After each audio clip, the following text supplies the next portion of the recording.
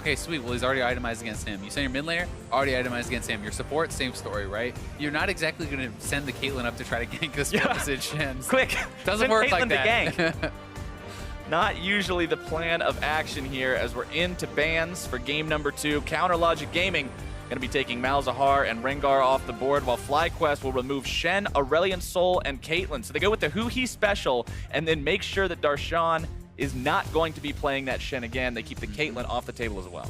Yeah, and I think these are all strong bans for FlyQuest as far as first rotation on the red side. You get 2 picks, obviously. So these are things that they're very willing to pick pretty early in a draft.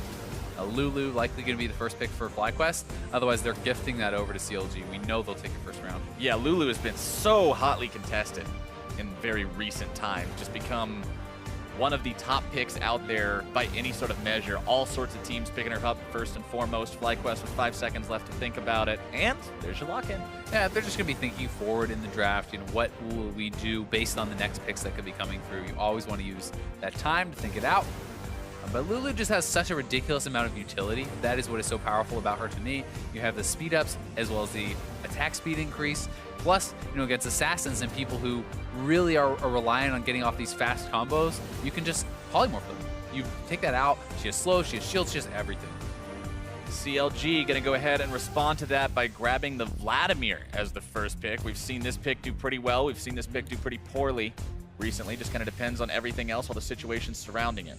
I mean, Hui did well when he brought it out this weekend earlier. Obviously, we have seen some pretty rough games on it too, but I think Hui has always been someone willing to play the Vladimir. When it was super meta, he was playing all the time and very successful on it too.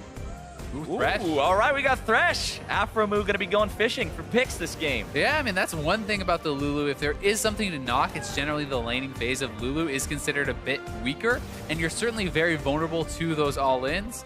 But an early Camille here, likely for balls, but we have seen it flex around from time to time. That wasn't just an early Camille, that was a fast Camille. Yeah. As soon as his pick came up, kaboom, that was in there, and they had that locked down. Ashe also going to be grabbed up, so they've got that same champion that we saw in game number 1, going to be making a...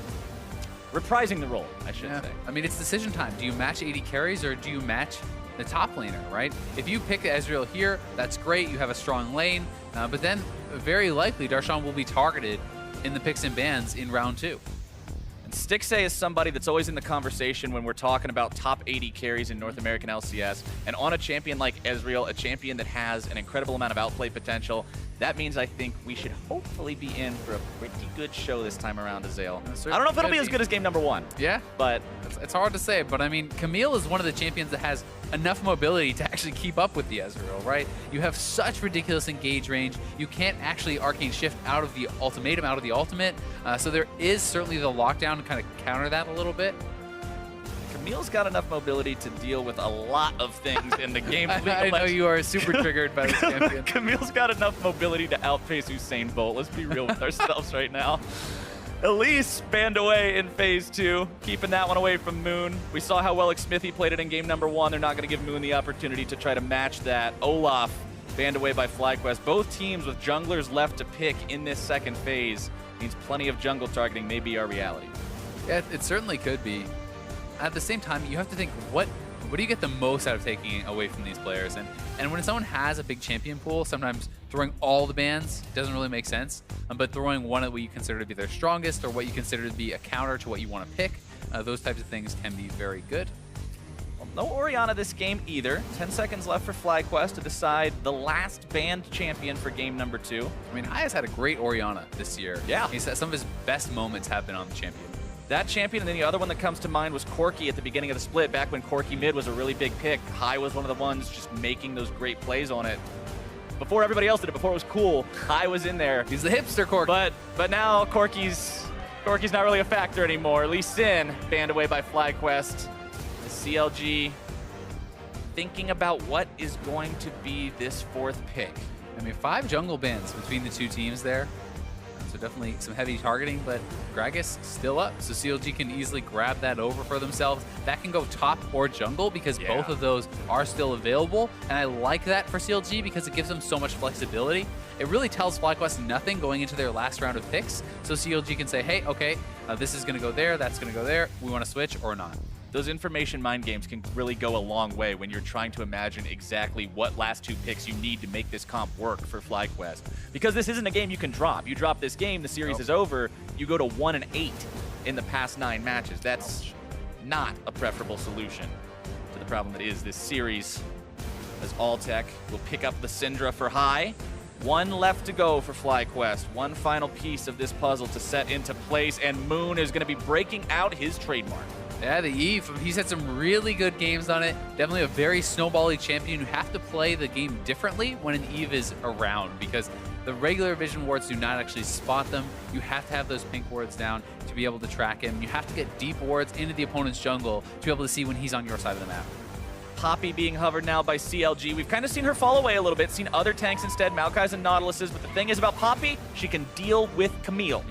Even before the Camille nerfs, we saw some games where this was a trade people were willing to make. CLG famously made this trade and it fell flat on its face, where Darshan had one of the worst Poppy games I've seen in a while. We'll try not to remember that one. But he's looking for some redemption flowers. He's trying to wipe that clean out of our memory. Got to come back and make sure that he leaves a shining impression this time around. He's like, no. The first one, that was just kind of a joke. That's showing you how not to do this. The second one, that's where we really leave that imprint on people's minds. But everything is locked in. All 10 champions ready to go here in game number 2. A lot on the line for FlyQuest. Remember, this is the one of these 2 teams that is currently slightly lower in the standings.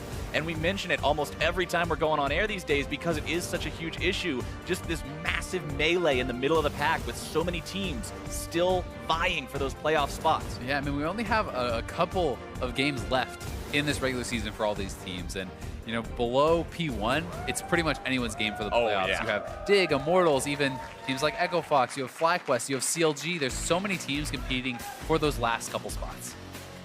Well, today we're going to find out if Counter Logic Gaming or FlyQuest gets 1 step closer, but the problem for the other team is letting somebody else get 1 step closer puts you 1 step further away.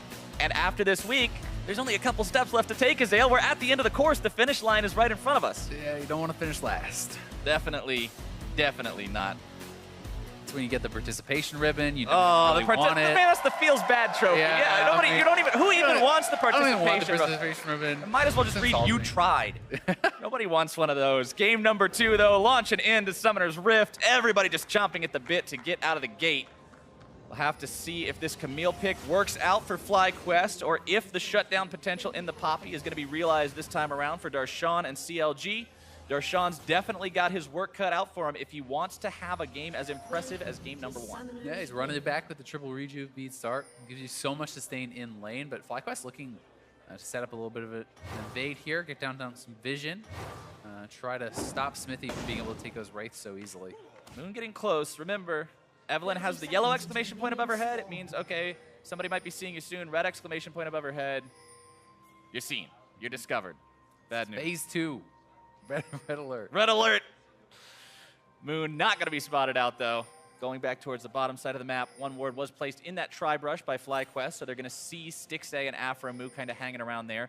Just like you pointed out last game, Azale, both supports going to be running Ignite again this game, but also both mid laners with it. Yeah, one change you can see here, a lot of people like Thunderlords on the Lulu, but Lemon Nation is going a little bit more defensive with the Wind Speaker's Blessing here.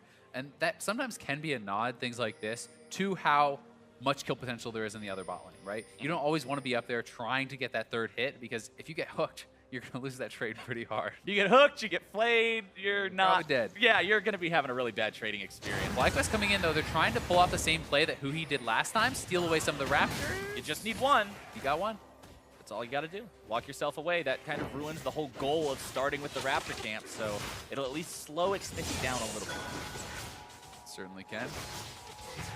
Auto attack trading, fun times, level 1. Yeah, this is a lane that I think it's very explosive, simply because I think if left alone, Alltech and Lemonation should be able to win this lane as far as pushing it in. They have a really nice poke under the turret. They can be very, very annoying with that. But CLG always has the potential to get a quick kill. If you can actually pull off an all-in, it can be very, very scary if the Lulu gets hooked. And also, the gank assist for Thresh is unparalleled. You hit a hook, or you simply throw back your lantern, flash in and fillet. The Gragas comes in, so they have to kind of measure their aggression. They can't play too crazy. Speaking of aggro, Balls utilizing the fact that he's level 2 and Darshan is only level 1, jumping in there to find a little bit of damage onto his opponent. But there's a lot of potential in each one of these lanes for Moon as well. I mean, you've got Ignites in 2 different lanes. You've got Balls, who's got plenty of setup potential in the top side. Evelyn could go anywhere and potentially find some great success. Yeah, Evelyn certainly can. One thing to keep in mind is if you're pushing in, then you have to either pull off a dive or look somewhere else. And one of the lanes where he could certainly look is mid lane. You know, with the Syndra. Syndra obviously extremely powerful in those early game burst combos that you can pull off, and Eve could definitely go there. Just gotta always remember about that Sanguine pool though. That's the one thing that's gotta be outplayed to find that gank success. And who he will be looking to utilize that the most effective way he can. And one thing that it has been set up here is since they bounce the wave into the turret, FlyQuest is going to have CLG's wave pushing back towards them. This is going to put Afro and Stixxay in a pretty exposed spot. So we'll see if Smithy actually tracks this and looks for a counter gank, and if Moon tries to come down and look for the gank, because I think that is going to be where he ends up on this path. And basically what Altec and Lemonation have to do is trim the wave enough so that it can't crash to the turret. Just a quick blip on He the did not radar. get pinged out. I don't know that they know he's here. No one pinged on him. the radar. He was only there for a second. Now High gonna be forced to run away, trying to get himself to safety. Not gonna be doing it. First blood for Smithy and CLG. Yeah, no one on FlyQuest I think saw that at all. There was no ping on the map from any player. They didn't know that the Gragas was there, and they're able to execute that gank. And now Moon is gonna have to cover mid lane because of this, so he can't even try to pull off something on the bot side. Now you guys know when you're overextended in lane and your teammates tell you to buy wards, you can just say that it didn't work for FlyQuest. Why should I have to do it? Moon now holding mid lane. A little bit of a replay of how Smithy got in here. And we'll see. I think he just shows up for the slightest amount of time. It's almost impossible to spot that. But they're able to take advantage. They're able to grow aggressive. Once High has blown his flash, there's almost no avoiding the body slam flash. Nothing he can really do in that situation. And getting that early kill for Huhi, very important, because if Vladimir gets ahead, he can be so oppressive. Of course, the kill credit did go over to Smithy, but Huhi still grabbing assist money, 200 extra gold in the pocket on the Vladimir. And Vladimir is one of those champions where after he can actually itemize defensively. He can itemize a Spirit Visage. It can be very effective. And then Syndra is just like, well, I'd love to burst somebody, but it can't be him. Yeah, Visage, even Abyssal is great. We've seen Huhi go for things like Merc Shreds in a lot of these matchups. High already roaming down here, though. They're looking for a very early dive. This could be risky. High has no ult. Keep that in mind. Afromoo going to be taken low. Tries to go for the death sentence. Only finds it onto a minion. Elimination barely getting himself away. Stixxay, now the lone man standing underneath the tier 1 turret. High didn't even need the ulti to make that one work. Yeah, whoa, TP back in. Moon is already waiting for this. This is going to be bad for Darshan. We'll see if he can escape. This could be bad news, Bears, but here we go. 1v2 for CLG's top laner. Steadfast Presence trying to walk himself away, but it's not going to be looking to do a whole lot. A little bit more damage, and Balls cuts him down. Nicely played there by Moon. He waits for the TP back. The lane is pushing, so it will be frozen on Darshan. That prompts the TP. Moon lies in wait, gets the kill.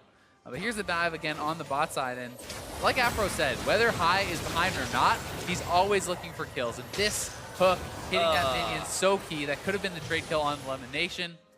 But FlyQuest making things happen on both sides of the map. So Darshan bases, and as I said, the waves stacked up so that Balls will freeze this if you don't TP back. So he TPs back, but there's no jungle protection. And Moon has anticipated this and is already in place, able to grab an easy kill. Yeah, that was a great read by Moon, and that's so much of what playing Evelyn is, right? You have to be able to read the map, know where to be at the right time. It's not a champion that excels in 2v2s or things where you can just get bursted down. It's a champ that's about abusing your opponent's weak spots. And getting the difference in getting a kill when someone has TP versus killing them as they TP back is so big, because you're able to easily crash the wave, you deny the CS, you deny the experience, and it means once again the wave resets and will push towards your opponent, so you're very easily re-ganked again. Game is still dead even though. 10.4 to 10.4 thousand gold. Sheen purchased on Balls. And remember, for those of you who may not be aware, Precision Protocol, the true damage on Balls' Q for Camille, it's going to convert the Spellblade Moon proc is from 6 though, looking 12. for a repeat dive here again. We'll see if they can pull it off. Elimination gets the aggro. Going for it, ulti onto 2, Afromoo going to be targeted, more damage coming in. Now they've managed to get themselves the kill while getting limited away yet again. Huhi going for the 1v1 against High, drops the Hemo Plague, that'll heal him back up here in just a second. And Power Transfusion also going to be ready in just a moment to get that Crimson Rush, bring himself back to up to even greater health, and he'll walk away just fine. FlyQuest has been putting so much pressure on this bot side, and really making a good job of it. Not only are they going to get the kills, but this is the big payoff. All that pressure they have gotten is going to net them the first turret. We'll see if they give it over all to Altec, and they do.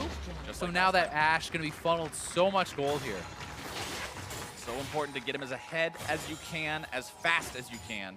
I mean, just look at the gold balloon, right? That is the payoff that they've been working towards. Chipping down those turrets is sometimes the unseen advantage that teams have been working towards. 1,000 gold is the lead right now for Altec over his lane opponent. And like we talked about last game, these crit builds take a little bit of time to come online. Ezreal's not going to take quite that long because he doesn't go for a traditional AD carry build. I mean, he's not going for lethality, but a Mana Moon and a Trinity Force is still faster than 3 crit items. So Altec more than happy to have that little bit of a boost, catching up and getting all that money where it needs to be. Yeah, and especially knocking down that first turret. Now, Huhi has to be that much more careful because you can easily make the bot lane rotation to mid. You can look for picks with your Ashe arrow. You can kind of go anywhere. Huhi, though. Huhi just walking right into the brush, finding the tides of blood onto 2. Afro move, putting himself in a spot where he might be in some danger. Altec wanted to make this kill happen with the focus fire. More damage going to be poured in there, but the blast cone gets Afromu away to safety. Huhi could be in trouble here. Trying to back away from this one. High, trying to find some damage onto Xmithy or Huhi, but Huhi's already popped the Sanguine Pool. The Ignite comes down. Moon's chasing them down. The Hate Spike, one more proc will do it, but Huhi, a flash of his own, getting him away to safety. Xmithy's still waiting over the wall. Moon will not chase this further. So close there to Huhi going down. I think he actually ran out of mana. I mean, he has the blue buff now, so he has regen, but it seemed like he had his ultimate available, so I can only imagine was there. Otherwise, should have been able to pick up that kill. So FlyQuest pressing, and they're looking very strong in this game too so far. And that's what they needed to do. Game number 1 was shaky. Game number 1, they weren't able to get off to those crazy playmaking victories that FlyQuest depends on to win. Oh, Game Huhi. number 2, they're finding the pick onto Huhi. Elimination. The one grabbing the kill credit, even though High shoots off the ulti. Yeah, Huhi stepping a little bit too far forward there. Doesn't have any MR. Wanted to stay around to pick up the wave. Gets punished. And honestly, FlyQuest have leads in every lane at this point.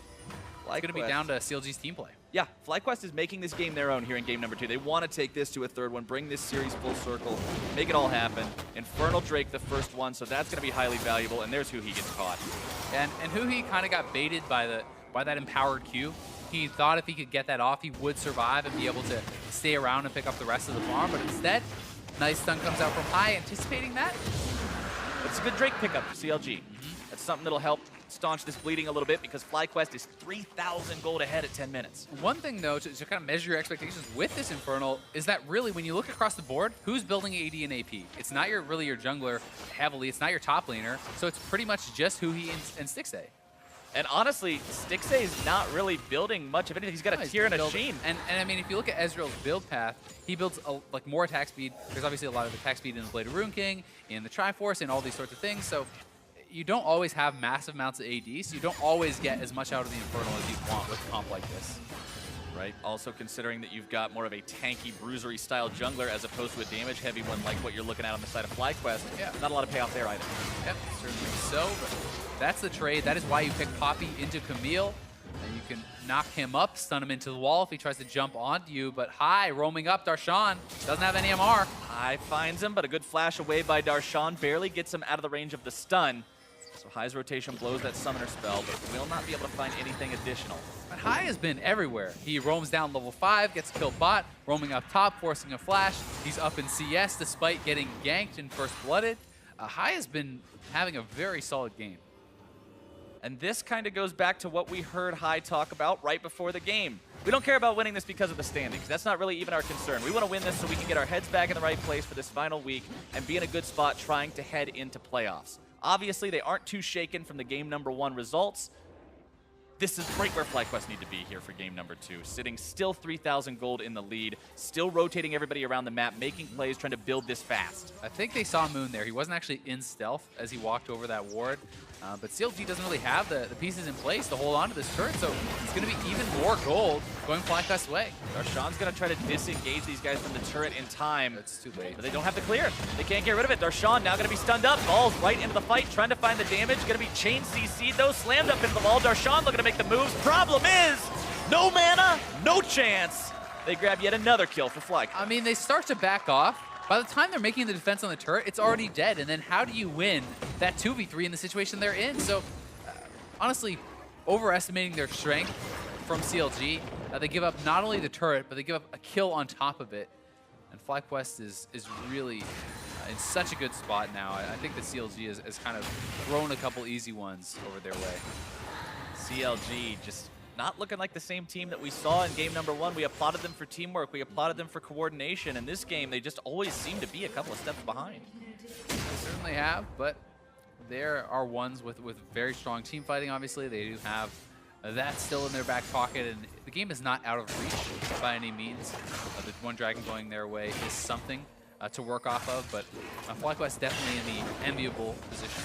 And maybe this is just FlyQuest. I mean, we've seen FlyQuest have inconsistencies in series in the past. We were talking about how they are in a slump in terms of what they're actually winning in terms of series, but the last match they played was against TSM. They went 1-2 in that. Game number 1, they looked great. They smashed TSM. And in the remaining 2 games, it didn't exactly go their way. So maybe this was the first one was the get smashed game, and now it's time for the smashing. I mean, part of it is really that FlyQuest makes risky plays, right? They make risky plays all the time. And when you make risky plays and they pay off, you often can smash your opponents. You can take big advantages from that. But if you make a risky play and it falls flat on its face, such as the Baron play last game, it can go the other way pretty heavily, right? So when you're spending a lot of time up topside as Moon, you're camping for that TP to come back in. When he TPs in, you look like a genius. If you wait around forever and he walks back to lane, you wasted your time. If you roam down bot lane as high at level 4, level 5, and you get a kill, wow, that's brilliant. If you don't, then once again, right, it's risk versus reward, and they take a lot of risky plays that have a high reward. In this game, they're all paying off. Very heaven or hell play style, and right now, everything is coming up heaven. As they're gonna die. The arrow on to Stixay, and he is out of there. Flash away from High to prevent any sort of a counterattack. The tier 1 turret now under pressure. They're coming around with balls from behind. Xmithie with no mana. He's not going to be getting out of this when the ultimatum is issued, and his fate is sealed. Louis has been able to find his opportunity in the middle. Hemo Plague procs onto so many different FlyQuest members. They've got to retreat, but they still win out. Oh, that was a crazy combo from Hui. He only ends up getting the 1 kill. Still a great play from him, but FlyQuest taking heavy advantages so far ahead for this early in the game. True shot barrage! You get points for accuracy. Yeah. I didn't want to be the Debbie Downer, but it was never going to kill me. It was never going to kill anything, but you can't ruin the anticipation. Still hype, though. Still hype. He was able to hit it from that far away. He knew where they were waiting. FlyQuest, nice arrow there onto Stixay. The burst combo to follow it right back up. Was a good ultimate from Xmithie to break things up and force High to flash. And once again, though, it's overstaying. The turret is low. It's not very defensive. And Hui pulls off a nice play.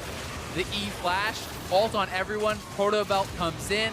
They're able to pick up 1 kill, but the rest do escape. Tragically for them, though, that doesn't happen until they've already lost 2 people, until they've already lost a mid lane turret. So it's still a FlyQuest victory. It's a couple times in a row now. CLG need to be careful. Okay, great. Stixay got picked off. That's too bad. You now have to sacrifice that turret. You have to back up. You just accept that it's gone. Because if Xmithie and Afro and everyone is healthy and still have their cooldowns when Hui comes around, maybe you can make a play. Yeah, it was just CLG making a couple mistakes on the back end of it, trying to make up for those afterwards and getting a little bit, but overall, FlyQuest is just finding their opportunities. They're pulling the trigger every single time. Now, Ocean Drake is up. You're seeing a little bit of vision around there from CLG for the time being, but a lot of people hanging around this area. Yeah, I mean, Afro talked about it in the interview. High will force you to make decisions every single time he comes out of base. And if you make the wrong one, FlyQuest is going to get the lead. And that is what this game has been so far. And now they have full control of the Dragon area. They're going to be starting it up. I don't think the CLG can really contest this. They do have a ward down on it, but we'll see if they move Darshan down and want to try it. CLG yielding control over that area completely right now. Moon very far forward, utilizing the invisibility to keep track of people as good as he can, but Darshan's going to be stunned up. Oh, more damage beautiful comes through. stun. The burst comes through. That was so good from High. So Darshan looked for the flash stun on the wall. High simply knocked him back out of it, wasting the flash. Great play, great reactions from High. Summoner spell burned for free, feels good, and now FlyQuest can start up on Drake. CLG still wants to fight it. Xmithie gonna be caught out, stunned all the way, all over the place. Nobody goes over the wall to chase him. They don't quite have what they need. Darshan knocked out balls, they're going in. Trying to make some kind of a play. High's gonna be killed first. Hui finding the damage onto Moon, who's gonna be taken down. A double kill for the Vlad as Lemon Nation runs away with his own wild growth, and CLG have taken the fight and the Drake. They force the play and make it worse. Smithy barely living was so huge there as he's able to heal back up, come back into the fight, and help them get that dragon. I was thinking for sure somebody from FlyQuest would have a flash to chase after that, but they did not. Like Smithy got himself away, CLG got themselves right back in there, and now they're going for the tier 1 here in the mid lane. This will be their first turret of the game. That's such a big move for CLG. When you contest a dragon like that, 5,000 gold behind, and you lose the fight, the game is usually sealed because you fall so far behind. But they're able to make the play work, and so much of this was off of a nice TP play from Darkron, who comes in, he's able to eject balls. Smithy living here is critical, but it's balls on the bottom side, getting the ejection, that prompts the fight. There goes Balls, knocked out by Darshan, stun on the wall, hook onto high, also massive. So really plays made on both the top and bottom side.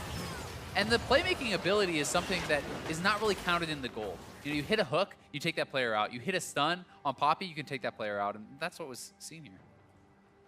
Very good results for CLG, feeling like they're right back into the game after that. 3,000 gold still separates the team, though. Still FlyQuest's game for now.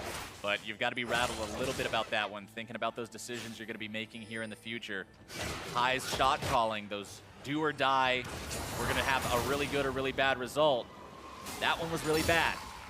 But they got to get right back on the right page if they want to find their win here. Trinity Force completed onto the Camille.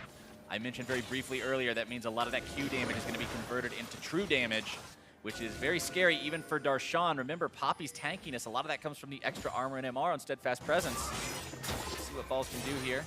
He's walking in to clear out the minions, and won't take it any further. One really underrated buy that I love here from Altec is actually the Executioner's Culling there. That's so effective against Vladimir, and too many people, I think, delay it because like, oh, we already have a Morellos, that's fine. But Morellos doesn't actually proc the healing debuff until the player is already pretty low, whereas Executioner's is applied instantly. Gragas also has quite a bit of passive healing there, and you're reducing any lifesteal that eventually comes in from 6A. So for 800 gold, that item is ridiculously valuable on a team like this. Huge bargain on that one. Glad to see it up and running this early.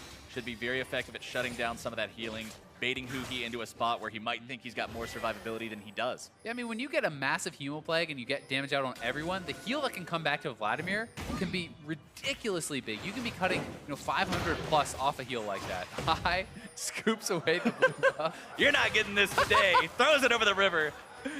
He doesn't even steal it away for himself. He's supposed to be a jerk. You can't either. Nobody gets the blue buff. Yeah. It's like that kid who takes his toy and goes home,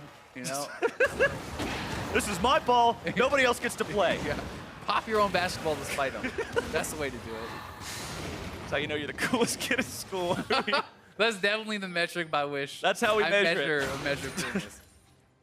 You and I, not that cool. No, we're not able to pop the ball. But I was, if only for a moment. He went ahead and brought one back, got himself the blue buff now. CLG still looking for chances to get themselves back to a spot where they're on even more even ground with FlyQuest. They've stopped the bleeding. Now they just got to level things back out a little bit. Get it back to that 0 point. Start working with a game where they don't feel like they're leaning on that back foot so much anymore. Yeah, I mean, FlyQuest certainly still in the lead. Moon, if he can pull off a good flank, can get so much damage down on this Eve. It can be pretty surprising when you see that come in. And they still have a lot of pick potential, obviously, with the Ashe Arrow too. They're looking for Afro. Aphromoo stunned up. Moon is waiting right there. The damage is down, and he's got no way out. Just like that, nicely played. Hit the arrow, get a kill. Now forcing on this turret, but good wave clear comes out with that Ezreal ulti. Darshan trading well here on the balls, but they're looking to get a kill on Darshan with that ultimatum. Darshan trying to use the Poppy ulti, but it's going to be interrupted by the Wild Growth knockup. Good move. Oh, high getting himself bursted down, tries to take Smithy with him. Not going to be able to do it. Stixxay trying to find the damage. Huhi going to be slowed. Plague down into multiple members, but it's Huhi who's shut down, and Balls is running wild. Precision protocol into the double kill, getting that one for himself. Altec, a couple more auto attacks are going to finish Smithy off too. It's going to be a 3-for-1. FlyQuest might just be able to make it 4, but I think Darshan's going to be okay. I mean, in the long play, it was 4. They started the play by killing off Aphromoo, so FlyQuest doing very well there, and Huhi coming around onto high, flashes out, but they are able to catch back up. Body slam flash from Stixxay, from Smithy there, very, very nice. And then Stixxay going aggressive onto Altec, but this is the key thing here. Bursting down Huhi was so well done. They land the stun, Eve goes in, killing him off before he can get his Q off, the transfusion, plus the ultimate heal is what turns that fight. So when you go for the Vladimir, you need to burst him down, and FlyQuest executed it very well.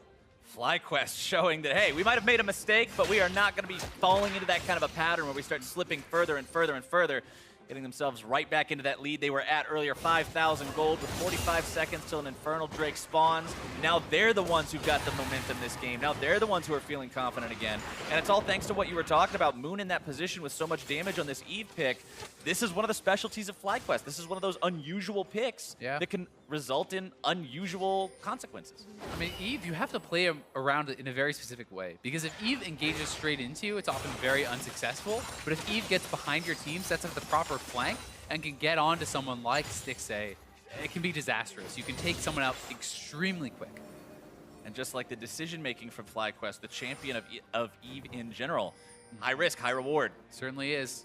A pick that suits their style, and it has been one that worked pretty well for Moon throughout the season. But with the next Infernal coming up, a lot of the battle for vision is going to be pretty important here. We'll see who can get control of this area, because if CLG gets their second Infernal, that's a pretty big advantage, and even just something that's important to take away. Arrow comes through, finds his way onto Afro move. Ball's trying to jump himself into the fight now. Who he going to be bursted down? Hextech ultimatum issued. He's a pool of blood, but he's not going to be that for long. Dead now, a rampage for Balls. Aframu having to run. Stixay 2. CLG has been forced away. High's looking to find the burst onto Xmithy. Gets the ultimate, but Gragas is a little bit too tanky for that. Balls zoning off Darshan with no problem whatsoever, and FlyQuest are heading to Baron. This is a risky play for them, but with Hui down, there's not a lot of damage on the team still, besides Stixay, so this is a play they're willing to make. Darshan TPing back over, though. We'll see if CLG can hold them off. They're looking for the pick right now. They haven't started the play. FlyQuest just baiting it. The blue trinket was placed, and you do get a brief stint of vision when it's placed, even if the control ward is there. So they saw Baron wasn't really doing anything. Stun won't find its way onto Darshan. CLG manages to call the bluff of FlyQuest. They get the TP out, though, and there's the arrow going in. Afro looks like he's gone. Afro caught again for CLG. FlyQuest just punishing this positioning over and over. And as one comes up, another goes down. They can move right over to this Infernal now, try to even that out. And I mean, Hui's making his way down. We'll see if CLG wants to try to challenge here. It would be a 4v5, and if they lose this fight, it'll mean Baron. They've got no support. Hui trying to put some damage on the right targets. Moon going to be bursted very, very low. High on the backside. He very close to death, but he grabs the kill onto Moon, and Balls is going to be shut down by Stixay. CLG show up for the 4v5, and they are not stopping yet. Xmithy and Darshan, they want Lemon, they want Alltech. Still trying to chase this one down. The slam's not going to find its way into the wall. The cast knocks him backwards. Wild Growth trying to buy as much time as they can, but Alltech is now going to find a kill before he drops a 1-for-1 off of this extended chase. But the trade kill, taking down the wave clear, means CLG will get the bottom lane turret. That is key. But Hai actually took out Hui in the mid lane there too. So duels going on all over the map. Such an explosive game. But again, CLG comes up big at the Dragon. And what did Afro say before this match? It was going to turn into one of those 30-kill things. The bloodbath. 30-kill bloodbath. Here we go, ladies and gentlemen. A replay of that solo kill. And it has felt like Hai has been getting the better of Hui in a lot of these fights. They're doing such a good job bursting him down. Hits the full combo, ultimate comes in, takes him down. Well played by Hai. And that's how strong the Ignite is as well. Ignite, very potent for a lot of burst champions, but especially against a healer. I've got to say I'm a little surprised that Hui's not going towards Azonias with how much he has been getting focused in these team fights. That is so big, because if you focus everything on the Vladimir and he lives to have all the healing come back from his ultimate, you often fail that team fight so hard because you invested the resources in. But he's still going a bit more of an aggressive build. Obviously, Leandries has some health on it, but I think Zonia's would make a lot of sense in a situation like this. Yeah, there's a big difference between some health and the ability to go totally invulnerable for 2.5 seconds. Yeah, but it often gets you to your next pool, right? That's a lot of what Vladimir is rotating your spells, getting through those cooldowns, using that Afro pick. Oh, Afro move. So many arrows finding their way onto him this game. Yeah, Alltech deserves a lot of credit, honestly. I feel like he's been hitting every single arrow, and he's been nailing them onto Afro time and time again. They keep getting these picks, and this mid lane turret is very low. It should be going FlyQuest's way. 3-1 and 8 on the Ashe, having a great time on the pick so far. Now CLG having to defend against FlyQuest's push that's now rotating towards the bottom side. Balls have been keeping that shoved up because Darshan is just completely unable to answer him at this point. Ravenous Hydra completed means any of the damage that full tank Darshan would do is just going to be healed off. Yeah, especially if you can fight in a minion wave, you get so much healing off of that once you have that Hydra, and you continuously trade, you heal back up. Darshan can't really do the same here, and with Lemon coming over, this turret is gone. Balls and Lemon need just a little bit more damage to get it. They got it. They're good. And they're out of there, maybe. Darshan still trying to chase this one down. He's got Afro nearby, but I don't really see this turning into a whole lot for them because the remaining 3 members are going to be fighting over there in the mid lane, so it's 2v2 bot side. High, Moon, and Altec just keeping these guys busy as Balls zones them back away bottom. And Darshan tried to hit the pop-up ult there to give his team time to come in, but he missed. Arrow goes out. Ooh, that was close. Not finding the mark, but now big body right here. High's going to be killed immediately. Can CLG make something happen? Xmithy brought low. Focus Fire won't be able to kill him through Redemption. CLG's got a 5v4, but Xmithy is so critically low, they won't be able to chase this further. Oh, big play there from Smithy, coming over the wall. Gets the kill onto FlyQuest mid laner, and I cannot believe how long they've held onto that mid-tier 2 turret. It has like 1 auto of health. They're just not letting it go. They will make the defense for this thing come hell or high water. 125 out of 3,300 HP, but it is still standing as strong as the neck and turret. Spit on it, it'll go down. Just look at it wrong, the thing's gonna fall over, but FlyQuest can't get there. Here it is again, and vision control on that side. Smithy on the pink ward, knows he's not spotted. Nice combo onto High. They take him out, and the redemption is enough to keep all of CLG alive. Baron spitting a couple nasty slime balls onto the nation. It can hurt. Yeah. There you go. It definitely could. That's what we just said. You spit on the turret, you're going to kill it. Baron spits on you, he's going to kill you. And every time Elimination comes in there to try to clear it out, they will aggro the Baron. Kuki clearing away some of these chickens for himself, just getting as much extra CS as he might be able to find. Very close farm across the board this game as Kuki gets himself jumped on by Moon, who just wants to give him a couple of love taps, let him know he's hanging around. Yeah, pop the Gunblade, chunk him down a little bit, but I mean, in this case, it's a Vladimir. He's healing back up anyway, so not the biggest of deals. Bork now up and running. You mentioned the Stixxay attack speed build earlier on this game when they got the Infernal Drake the first time, but he's got that up and running now along with the Trinity Force, along with the fully charged Muramana. And admittedly, Bork has more AD on it than before, and obviously there is still quite a bit of AD in this build, but when you're looking at Infernal as an effective dragon for a team like this, it's not as massive as if it is, you know, the EU and things like that. Xmithy trying to get himself away from danger. Ball's going to be underneath the turret. Finally takes it down. Who he's able to zone away for, but he's going to pay for it with his life. Redemption keeping Altec going. 2 dead on the side of CLG, 1 dead on the side of FlyQuest. Darshan trying to get in there onto Altec if he can. True Shot Barrage not going to be hitting the mark. Everybody on FlyQuest is so low. Darshan's going to be grabbing the kill onto High. He's able to grab the kill onto Altec. FlyQuest is being run down. Oh, he hit the key slow. He found the Mystic Shot. He needs a few more. Trying to go forward. The Arcane Shift ready to go. Elimination trying to run past the Scuttle. Grab the Mystic Shot again from max distance. That last one going to be sidestepped. But Stixxay has no intention of letting him get away. Run, little Lulu, run! A killing spree for Stixxay. Stixxay doing so well with his skill shot accuracy, and Darshan coming up big again. He has been huge in the team fights, really making some nice plays. And FlyQuest biting off a little bit more than they can chew. And when you give over a 3rd Infernal, that starts to become pretty problematic. That is 24%, even if it's just on a couple members. That's a big deal. That is a huge amount of extra damage. One more look at the fight here in mid lane. And I think Balls was not expecting to go this deep. He actually ulted as Smithy was body slamming, so he's really pushed pretty far in there and ends up trading out his life. And Hui getting a lot of damage down here before he dies is actually very important because Altec is kind of kept out of the fight now. And he's not able to really get as much done as he would like.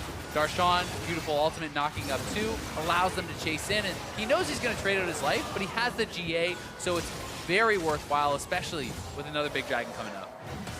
We all saw the Lulu run down by Stixxay. CLG now winning yet another fight. This game is such a tug of war, Azale. Neither side yielding a lot of space for the other. Every time somebody finds a victory, the other side will answer shortly thereafter. We've been stuck in this limbo of a 3,000 to 5,000 gold lead for FlyQuest for about the past, I don't know, what is this, 15 minutes now? They've never really been able to break away from it. It's never been closed back down past that either. Huhi Sanguine Pool to get himself away from a potential stun from High. Farming up here in this top side, expect the top side to be the focus. And I think part of the concern for FlyQuest is they've actually been having a good amount of picks coming out from Altec and good flanks from Moon, and they're still not really able to close it out. They're still not really able to deal a death blow here to CLG. And what happens in a fight where you fail that arrow, where you fail the flank and you can't pull it off properly? That's kind of the worry there. Arrows really have been the name of the game. Every single time that you're seeing FlyQuest start some kind of a fight, it's off of that. Quicksilver Sashes, though, will be the answer. Afromoo even saying, you know what? I've been hit by about 17 of these, and I'm done. It's not every day you see a QSS on Thresh, but there is the engage. Ball's the one who's targeted at the start. Syndra ult onto Xmithy. Moon into the back line. Redemption going to be coming out. Stixxay trying to jump in, find the damage onto the Eve, but it's Huhi who's CC'd. Ball's issuing the Hextech ultimatum, but it's not going to matter. Moon on the side. Moon off to the side still. Ball's going to be tanking, but they are spanking him all the way back to the spawn platform, baby. CLG shuts Balls out of this fight. They shut him down, and now they got the 5v4. Oh, Stixxay looking for Moon here. Not gonna get all right, it. can't quite chase that one down. No, Crazy, but Lemon and High are now in the worst possible place. More kills for Stixxay, a double on that one, and CLG is looking for Baron. That should mean the Baron, and Moon, without the flash in that fight, did not have the confidence to go in on the backline. Even though Balls had them low and he had his ultimate available, he did not go for the play, and CLG gets the fight they want. They're gonna get the Baron, and they are blowing this game wide open. Baron for CLG after this great fight. One more look. And Balls honestly did a great job, and FlyQuest as a whole, I think, frontlining here pretty well. You know, kiting back and forth, getting a lot of damage out. I do question High's ultimate onto the tank Gragas, but look at these members. They're getting kind of chunked out, and Moon was always here looking to go in, but did not have the confidence to actually fully commit to the fight as High gets ejected. And then on the back end of the play, High and Lemonation get caught out. They're spotted on the ward. And when they go down, it's really a disaster for FlyQuest. They're just trying to be too cheeky. They hung around too long. Xmithy with the flash body slam just seals the deal. Yeah, Smithy has been on point today, honestly. Both games, I think he has been performing very, very well. He doesn't have the flashiest of score lines, but he's made some very big plays. And now they're looking to hunt down Balls. He's caught out. Tries to jump himself over the wall, getting him away with the hook shot. Wants to slow these guys, but they are not going to allow him to do it today. The death sentence lives up to its name. Stixxay is dominating, and CLG have found themselves another 5 versus 4 opportunity. Yeah, and it's 5 versus 4 with Baron. So they could try to really clean up a lot of gold off the map here. And the gold is already kind of lying to you, because I do think that CLG has a much easier team fight to execute. Lemonation maybe getting caught out. He's going to get ulted in. Oh, that was a nice alley-oop right into the death sentence. CLG sets up another one. That's what I was going to say before that play happened. Not only is it 5v4, 5v4 with everything that matters up. The ults were ready to go, and they had it. And they're going to start bleeding turrets now. The gold lead is going to be going away pretty quickly with Darshan having the Baron wave already pushed in bot. They're quickly here in the mid lane. And this is a 5v3. Do you even try to defend this inhibitor? Because if you do, you can get dived and the game can end. FlyQuest has pulled off miracles in the past. We'll have to see if they can do it here now as High's going to be jumped on. The burst comes through, the heal is popped off, and it is not enough. The blood flies back to Huhi. They grab another kill for themselves. Elimination alive here in 5 seconds, but does it even matter, Azael? The Baroned up minions are here. CLG is in full force. The second inhibitor falling now as they push onto the next. And they have a huge wave. They can keep pushing. They can back off if they feel they're at risk, but I don't think that they are. Moon from behind, trying to make some kind of a counterattack right now. Stixxay gonna be taken low. Redemption coming out. They get him before it's cast. CLG may have to retreat a little bit here. Wild Growth keeping Moon alive. Altec having to kite backwards. Slammed up into his own nexus. Burned down by Huhi. The killing spree coming off the tides of blood. CLG still looking to end this game. Balls and Moon healthy. Elimination trying to support long enough to keep this game going. 10 seconds on High. Nexus turret number 1 down. CLG chasing them all the way back into the spawn Moon platform. in trouble. Moon is gone. Balls coming up, though. Trying to buy time. High now respawn. Has to somehow hold this line. Balls is into the back. Able to find the kill onto Afro. I think they can hold on. We'll see. Smithy gonna be burned low. Gonna be brought down. High gonna be taken out too. Huhi CLG has run out of time and run out of health bars. They can't finish the Nexus in time. They can't finish it. The GA is going to come up. Darshan going to die again. We'll see if he can get out. Doesn't look like it. Elder is now spawning. We'll see who can make the first move, but either way, FlyQuest hold on. Their base is in shambles. I said FlyQuest needed a miracle to hold on here. Can they do it though? The minions are going to kill it! It's going to kill the Nexus! No! FlyQuest falls at the hands of a Winion! And CLG will 2-0 this series. What an end. I thought they had held them off. But the minions, the sixth man, that they had found to the be Nexus. the most anticlimactic Nexus final hit I have ever seen in my life. Oh, baby. What a game.